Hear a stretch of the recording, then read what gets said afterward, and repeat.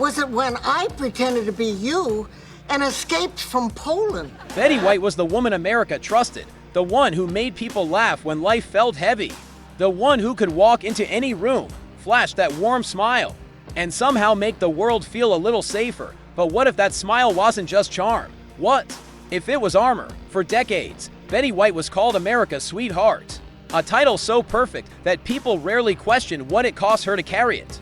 Because behind the jokes, behind the bright eyes, and behind the lovable roles that made her famous, there was a woman who survived rejection, heartbreak, and a Hollywood system that didn't want her to win. And yet, she did. She didn't just become a star, she became a symbol of hope, resilience, and timeless grace. But here's what most people don't know. Betty White's success wasn't handed to her. It was earned through years of being underestimated, dismissed, and told she simply wasn't enough. Not pretty enough, not young enough, not right enough. And even when she finally made it, the hardest battles weren't always on screen. Some of them were deeply personal, and some of them broke her heart in ways she never fully spoke about publicly, because while the world saw Betty White as a happy legend, the truth is, she carried quiet grief for decades. So today, we're going beyond the laughter, beyond the Golden Girls, beyond the iconic fame, because Betty White's real story is far more powerful than most people ever realized. And once you hear what she went through behind closed doors, you may never look at her the same way again. Betty White was born on January 17, 1922, in Oak Park, Illinois, and no, Betty wasn't a stage name or a cute nickname. It was her real legal name, as if destiny already knew she would become unforgettable. She was the only child of Christine and Horace White, raised in a family with mixed European roots. But her childhood wasn't filled with Hollywood glamour or celebrity connections. In fact, her early years were shaped by something far harsher, the Great Depression. When Betty was still very young, her family moved to California, first to Alhambra and later to Los Angeles. And while California looked sunny from the outside, the reality inside their home was very different. Money was tight. Survival was the priority. Her father, determined to keep the family afloat, built crystal radios and traded them for food and supplies. Sometimes, he even traded radios for dogs. It wasn't just business, it was desperation mixed with creativity. And in the middle of all that uncertainty, Betty grew up as a bright, curious child who loved nature. She dreamed of becoming a forest ranger, imagining a life outdoors, far away from city stress. But society crushed that dream quickly. Back then, women weren't allowed to be forest rangers. It was one of the first times Betty learned a painful lesson. Being talented wasn't always enough. Sometimes, the world simply decided what you could and couldn't be. But instead of giving up, Betty adapted. She discovered performing. She loved entertaining people, making them smile, making them feel something. She wrote and starred in her own high school play and realized she had something special. And even though she was still just a teenager, something clicked inside her. She didn't just want to perform, she wanted to be remembered.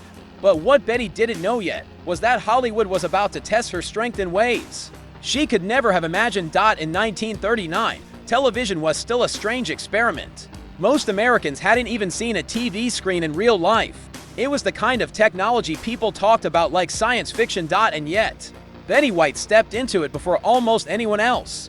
Just 1 month after finishing high school, Betty sang songs from The Merry Widow on an experimental television broadcast. It wasn't glamorous. There were no fancy sets, no big audiences, no red carpets, but it was historic. Because Betty wasn't just entering show business, she was entering a brand new world. She worked as a model, took small acting roles, and performed at the Bliss Hayden Little Theater. She wasn't famous yet, but she was hungry, determined. The kind of determined that doesn't sleep until the dream becomes real. But then the world changed again. World War II began.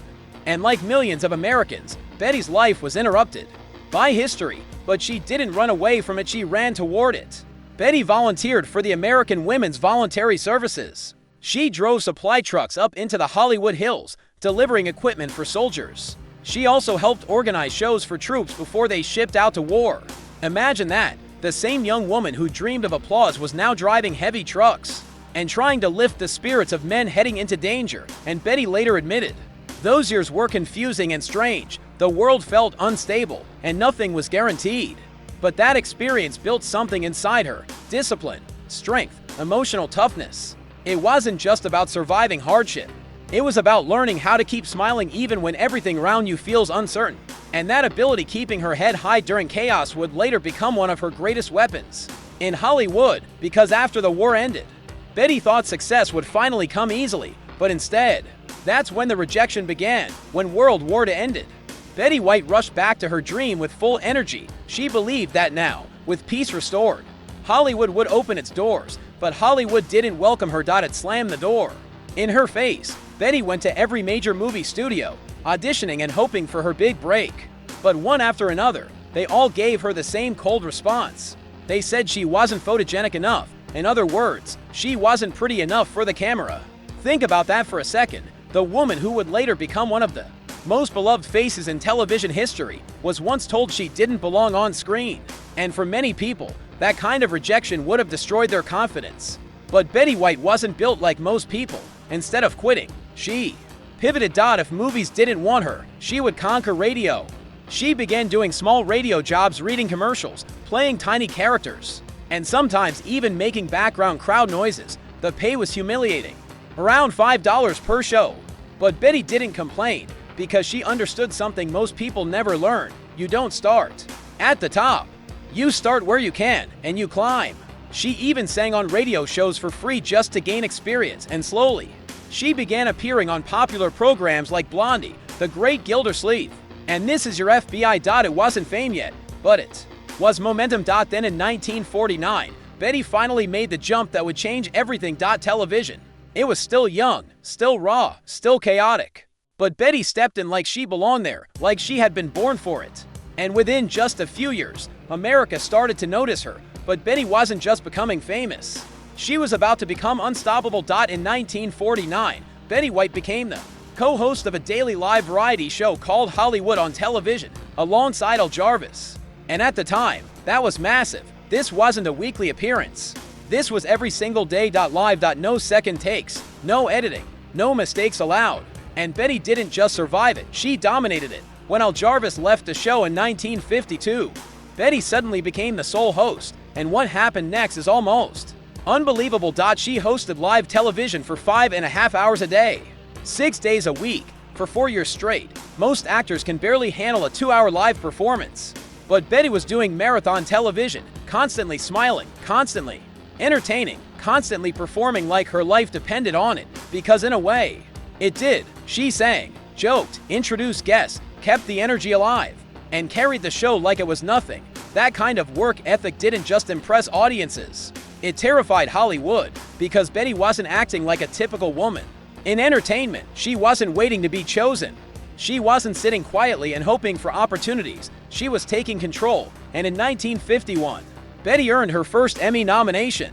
She didn't win, but the nomination itself was proof she was officially a force. She was becoming a pioneer in a world that didn't expect women to lead. But Betty wasn't finished proving herself, because soon, she would do something even bolder, something that made powerful people furious and showed the world what kind of woman she truly was. In the early 1950s, America was still deeply divided by racism. Segregation was normal. Discrimination was everywhere, and television, just like society, often followed the rules of prejudice. But Betty White, she refused. From 1950 to 1954, Betty launched her own daily talk and variety program, The Betty White Show. And she wasn't just a star, she was producing it, running it, calling the shots. And that's when she made a decision that changed history. Betty hired an African-American tap dancer named Arthur Duncan as a regular performer on her show. This wasn't a one-time guest spot, this was a permanent role. It was the first time a black performer held a regular position on a national variety show.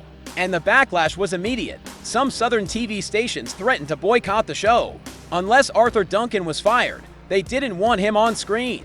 They didn't want audiences to see him. They didn't want him treated as equal. And this is where Betty's real strength showed, because she didn't negotiate. She didn't apologize. She didn't try to compromise. She simply said, "I'm sorry, live with it." And then she did something even more powerful. She gave Arthur Duncan more screen time. That moment wasn't just brave. It was dangerous for her career. It could have destroyed her show, her reputation, and her future opportunities. But Betty didn't care, because she had something many celebrities never develop: a spine. Her show eventually got moved around in time slots, ratings dropped, and it was canceled. But Betty had already made her point. She wasn't just a comedian, she was a quiet rebel. And what she did in that era would become part of her legacy even if she rarely bragged about it. But after that cancellation, Betty didn't collapse, she built something even bigger. And it would make her one of the most powerful women in television. In 1952, the same year her career was exploding, Betty White did something unheard of for a young woman in Hollywood. She created her own production company. It was called Bandy Productions. And it gave Betty something most actors never get: control. She wasn't just reading scripts anymore, she was shaping them. And out of that company came a sitcom that would prove her star power: Life with Elizabeth. Betty played Elizabeth, a married woman who constantly found herself in funny, relatable situations. It wasn't glamorous, it wasn't high society drama. It was real life comedy. And audiences loved it. The show became a hit, and Betty won a Los Angeles Emmy for her performance. But what made it truly shocking wasn't just the laughter, it was the power behind it. Betty had creative control. She made decisions on and off camera. She was running her own show at only 28 years old. In an industry where women were often treated like decorations, Betty was acting like a boss. But her success didn't mean her journey was smooth. Betty faced constant pressure, network interference, and sponsors who tried to control the content.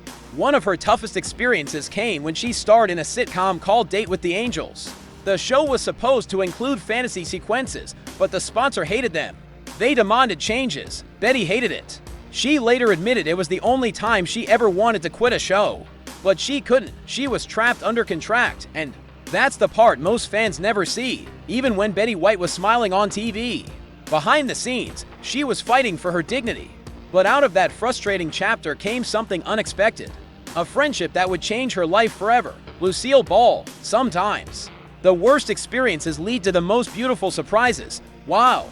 Betty White was struggling through the mess of Date with the Angels. She met someone who truly understood her: Lucille Ball. Both women were working in the same studio. Both were legends in the making. And both had survived a male-dominated industry that tried to control them. Betty and Lucille didn't just become acquaintances, they became allies. They talked about everything: divorce, fame, health struggles, grief, and the exhausting pressure of being a successful woman in entertainment. They also had fun. They competed on game shows. They teased each other. They laughed like old friends who didn't need to explain themselves. But underneath the jokes, their friendship was deeper than people realized. Lucille Ball knew what it was like to be underestimated. Betty knew what it was like to be dismissed. And together, they built a rare kind of bond, one based on mutual respect. In a world where Hollywood friendships are often fake, theirs was real. And that friendship reminded Betty of something important: she wasn't alone. Still, Betty's career kept moving at lightning speed. Game shows, talk shows, TV movies, sitcoms, theater. She was everywhere. By the 1960s, she became a regular on Password, The Tonight Show, and nearly every major panel show America loved. And it was on Password that Betty met the man who would become the love of her life. But that love story, it didn't come easily, and the heartbreak that followed would stay with her forever. Betty White had already been married twice before she met Alan Ludden, and both marriages ended quickly, leaving her cautious and guarded. She didn't want to fail again, but then she met Alan. He was the host of Password, charming, intelligent, curious about everything. And the moment they met, something changed inside Betty. It wasn't just attraction. It was connection. Alan was a widower with 3 children, still carrying the pain of losing his first wife. But instead of being scared of that responsibility, Betty embraced it. She stepped into that family with love, warmth, and loyalty, and Alan fell hard. He proposed within weeks. Betty said no, not because she didn't love him, but because she was afraid. Alan didn't give up. He wore the engagement ring around his neck on a chain, refusing to let the dream die. Then he sent her a white stuffed bunny with earrings hidden inside its ears. And that small gesture broke through her walls. In 1963, Betty finally said yes. Later, she admitted she regretted waiting so long, saying she wasted precious time they could have shared. Their marriage wasn't flashy. It was simple, joyful, full of laughter and dancing to records at home. Betty once told Johnny Carson she had never been happier, but then life did what it always does. It tested her. Alan was diagnosed with terminal stomach cancer, and suddenly, Betty's happy world collapsed. She kept working, rehearsing for shows, then rushing to the hospital. She stayed strong for him, even while her heart was breaking. Alan fell into a coma, and just 2 months before their 18th anniversary, he died. Betty White was devastated. And what happened next is the part that still makes people emotional today, because after Alan passed, Betty never remarried. She said, "If you've had the best, who needs the rest?" And that wasn't a joke. That was the truth. In 1985, Betty White reached a level of fame that most actors only dream of, the Golden Girls. The show followed for older women living together in Miami, proving that life didn't end after 50. It could actually get funnier, wilder, and more meaningful. Betty played Rose Nyland, the sweet and hilariously naive woman from St. Olaf, Minnesota, and her performance became legendary. The show was an instant cultural phenomenon every season. Millions tuned in. Betty won an Emmy in the first season and was nominated year after year. She became a symbol of warmth and comedy, but here's what most fans never realized. The Golden Girls wasn't always golden behind the scenes. Betty and her co-star Bea Arthur had a difficult relationship. Bea was known for being serious and sometimes moody. Betty, on the other hand, was upbeat, playful, and always smiling, and that contrast caused tension. Some days, their personalities clashed so hard that the atmosphere became uncomfortable. And yet, when the cameras rolled, they delivered magic. Because professionals don't let personal issues ruin the work. Still, the pressure was real. The show demanded perfection, and Betty, even at that stage of her life, still carried the fear of losing everything. Then in 1992, the show ended when Bea Arthur decided to leave. Fans were crushed. But Betty wasn't done. She returned in the Golden Palace, guest starred in spin-offs, and kept working non-stop. Yet beneath all the success, Betty was still carrying the deepest pain of her life, because the truth was, even while the world laughed at her jokes, she was still missing Alan every single day. And she proved it in the most heartbreaking way. Most Hollywood stars fade away quietly, but Betty White did the opposite. In her 80s, when most people retire, Betty's career exploded again.